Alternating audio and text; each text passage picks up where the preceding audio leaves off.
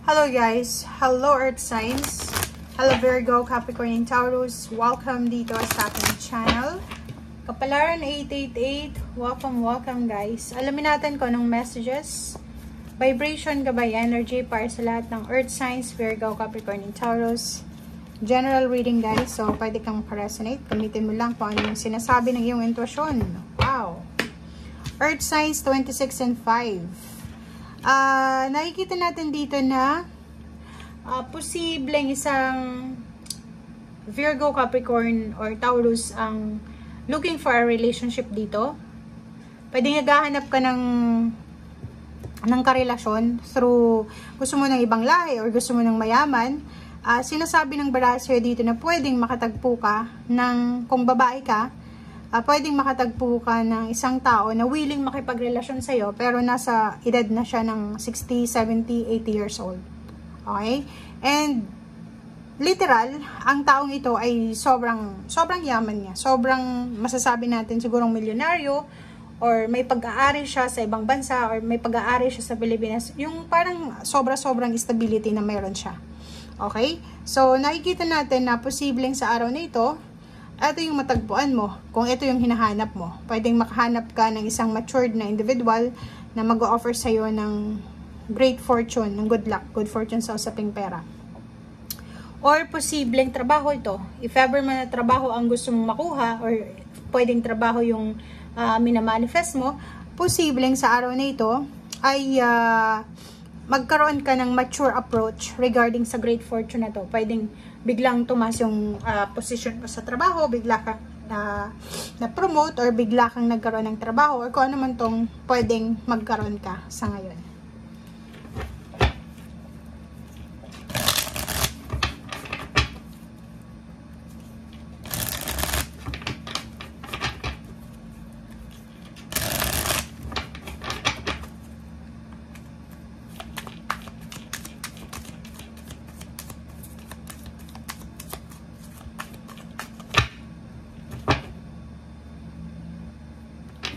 Okay, King of Cups.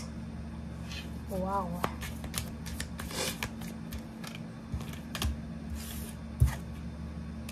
Okay, so yun na nga.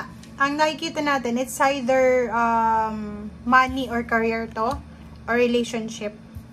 So, nakikita ko sa'yo dito, sobrang saya mo sa linggong ito. Masaya ka kasi siguro out of the blue yon, nagkaroon ka ng isang tao or may isang tao na interesado sa'yo, lalo na kung ikaw ay naghahanap ng relationship. Financially, pwede niyang may provide sa'yo yung financial wants mo, needs mo. And kung ikaw naman ay naghahanap ng trabaho or stability sa trabaho, yun, may mga contract signing dito, pwedeng may kontrata kang pipirmahan. Bagong routine sa trabaho, bagong time sa trabaho.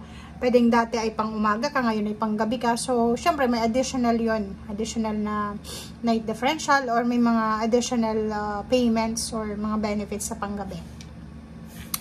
Nakikita ko sa'yo dito na yun, sobrang saya neto, diba? Ikaw yun eh, sobrang masaya ka sa araw na ito, sobrang excited, passionate, sobrang feeling mo, ibinigay sa'yo ng universe kung ano yung minamiti mo or kung ano yung deserve mo. O, diba? So, nararamdaman mo yun eh.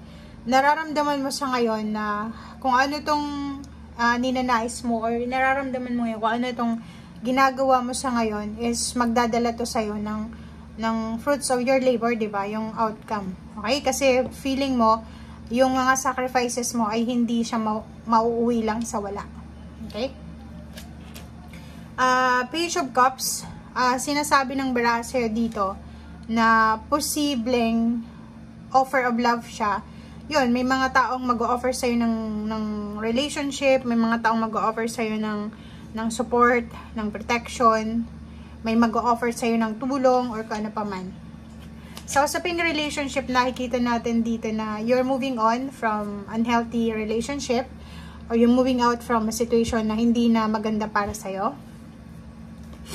And victory and success, and papunta ka na doon sa success, like money and career or money or relationship, malapit ka na. It's either June, July, or August, or until siguro this December 2024, yung success na posibleng matatamasa mo.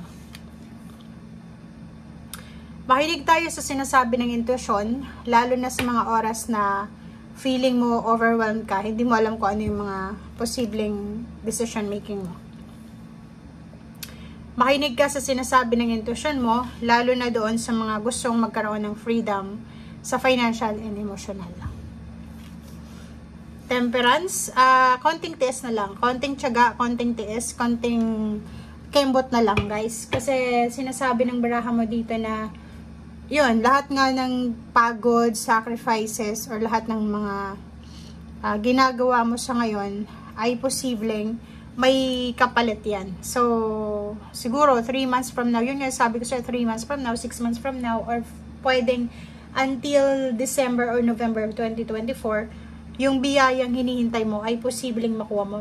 Kung makikita mo naman sa baraha mo, marami kang may expect na pagbabago sa taong ito. Maraming expectation ka na posibleng matupad, lalo na kung tungkol ito sa pera and relationship.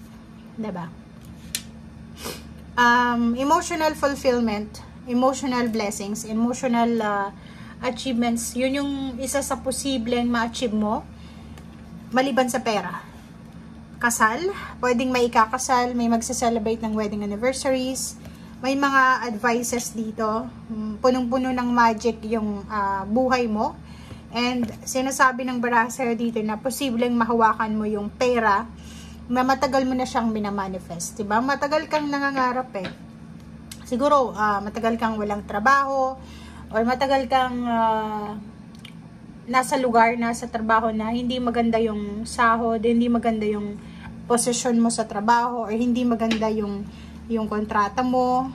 And ngayon, parang sinasabi ng baraha na eto na yung simula, eto na yung deserve mo na pagpapala, biyaya, na hindi lang sa usaping pera, emotional din eh, 'di ba? May mga kontrata, may mga karmic blessings, justice, may mga harmony and balance dito. May mga offer.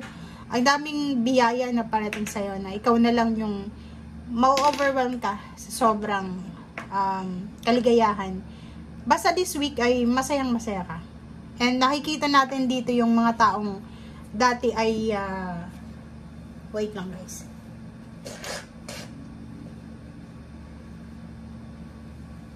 Nakikita natin dito yung mga taong dati ay walang tiwala sa'yo. Ngayon ay nagsisimula na silang magtiwala kasi nakikita nila yung mga pinagpapaguran mo, yung hinihintay mo, yung mga sinasacrifices mo. Lalo doon sa mga Capricorn. And yung Virgo din, and yung Taurus. Pero mostly yung Capricorn, ang dami nilang ginagawang training, seminar, mga kung ano-ano. And yun, ibibigay sa inyo ng universe kung ano yung deserve mo. Kung gaano ka kapagod, kung gaano ka kapuyat, kagutom sa nakaraang taon, buwan, doble-doble yung biyaya na ibibigay sa'yo. Okay? Thank you guys. Bye!